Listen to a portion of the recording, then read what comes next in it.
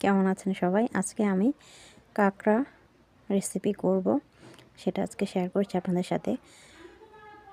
কড়াইতে তেল দেওয়ার পর আমি সবগুলো কাঁকড়া ভেজে নিচ্ছি।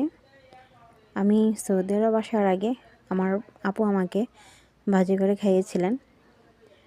ঠিক 2.5 বছর পর আমি এটা ট্রাই করছি। কড়াইতে পেঁয়াজ, হলুদ, মরিচ দিয়ে দিলাম। 1 টেবিল চামচ সয়া সস, 1 টেবিল চামচ টমেটো সস দিয়ে দিব।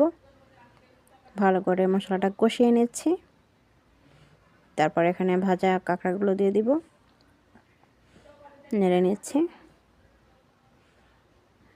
যেন ভালোভাবে মশলাটা কাঁকড়ার ভিতরে যায়। 1 মগ পরিমাণ পানি দিয়ে ঢেকে রান্না করব 10 মিনিট। চলে আসছে, ঢাকনা উঠিয়ে এখন আমি নেড়ে দিব,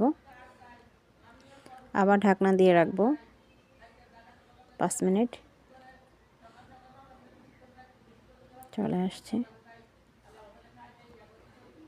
এই দেখুন কত সুন্দর কালার হয়েছে। আপনারা বাসায় ট্রাই করবেন কেমন, আর কেমন হয়েছে জানাবেন।